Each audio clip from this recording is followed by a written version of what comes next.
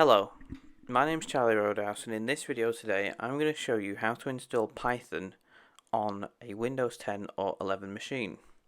So to install Python you simply just need to have an internet connection really, and the steps will follow quite simply.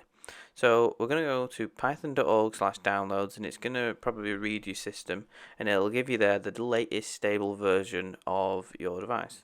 So there you can see it says for me there the Windows, which is Python 3.11.3.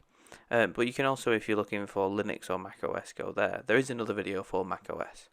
So we're going to click the download button and it'll just download the installer. And this could take some time depending on internet speed, but don't worry. Now, there's loads of information online if you get stuck at any point of this process, apart from this video. So you want to come here and you want to just click the install now with the admin settings.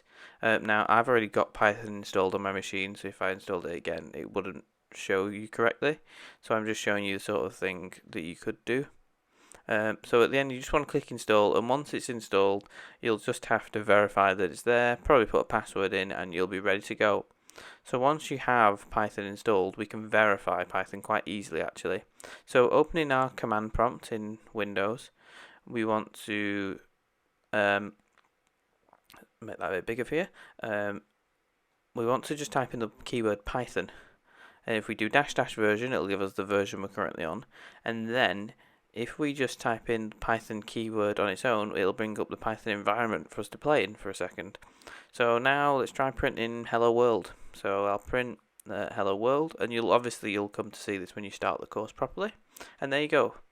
So don't be worried about how and what sort of thing you could be doing and how it's all going to work. You don't need to know that right now. Just try and get it installed to the best of your ability. I'm sure you'll do fine. There's loads of online resources online for beginners, because obviously installing Python for the first time can be tricky, and we understand that. But anyway, I hope you've enjoyed this video.